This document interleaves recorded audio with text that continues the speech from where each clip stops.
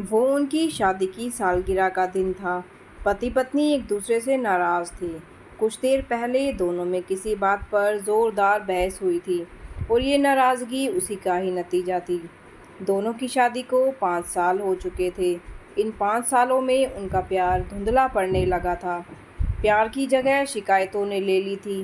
दोनों ये बात अच्छी तरह जानते थे और चाहते थे कि उनके रिश्ते में वो पहले वाली बात आ जाए, लेकिन लाख कोशिशों के बावजूद उनके रिश्ते में खटास बढ़ती जा रही थी। उस समय पति बालकनी में खामोश खड़ा था। पत्नी उसके पास आई और उसे एक डायरी देते हुए बोली, मैं इन रोज़-रोज़ के झगड़ों से तंग आ चुकी हूँ। ज़रूर हम दोनों में कुछ खामियां हैं जिन्हें हमें दूर करना होगा, तभी हमारा रिश्ता बच पाएगा।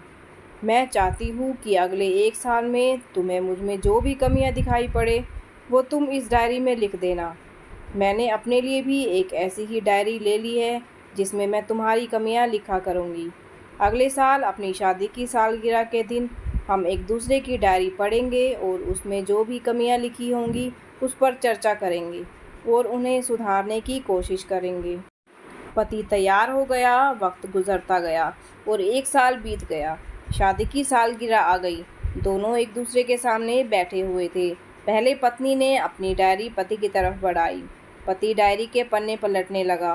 पहला पन्ना, तुमने पिछले साल मेरे बर्थडे पर मुझे कोई तोहफा नहीं दिया। मुझे बहुत बुरा लगा। तुम्हें तोहफा देना चाहिए था।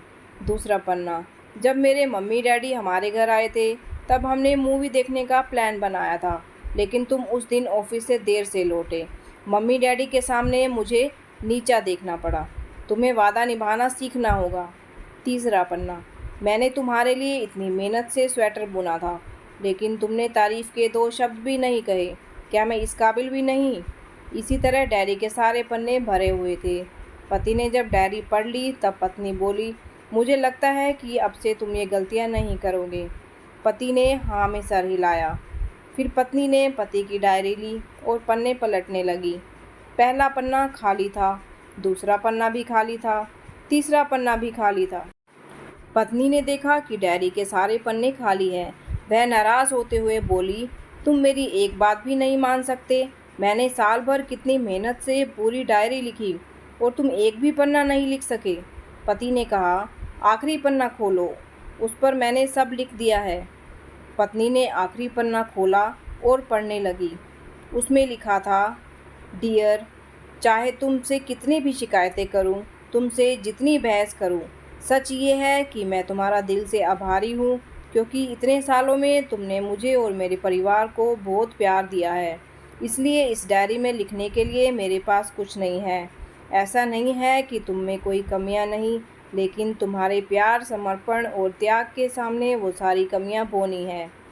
हज़ारों कमियां हैं मुझ में, इसके बावजूद तुम मेरी परछाई बनकर हरदम मेरे साथ रहती हो। भला अपनी परछाई की भी कोई कमी निकालता है? तुम जो हो, जैसी हो, मैं तुम्हें बहुत प्यार करता हूँ और इसी तरह तुमसे लड़ते झगड़ते और प्यार करते अपनी सारी ज़िंदगी गुजार देना चाहता हूँ। उम्मीद है तुम मुझे और मेरे परिवार को यूं ही प्यार करती रहोगी। ये पढ़कर पत्नी की आंखों में आंसू उमड़ गए। उसने उसी समय अपनी डायरी पति के हाथ से छीन ली और उसे जला दिया, साथ में वो सारी शिकायतें भी जो इतने सालों से उसके मन में दबी हुई थी।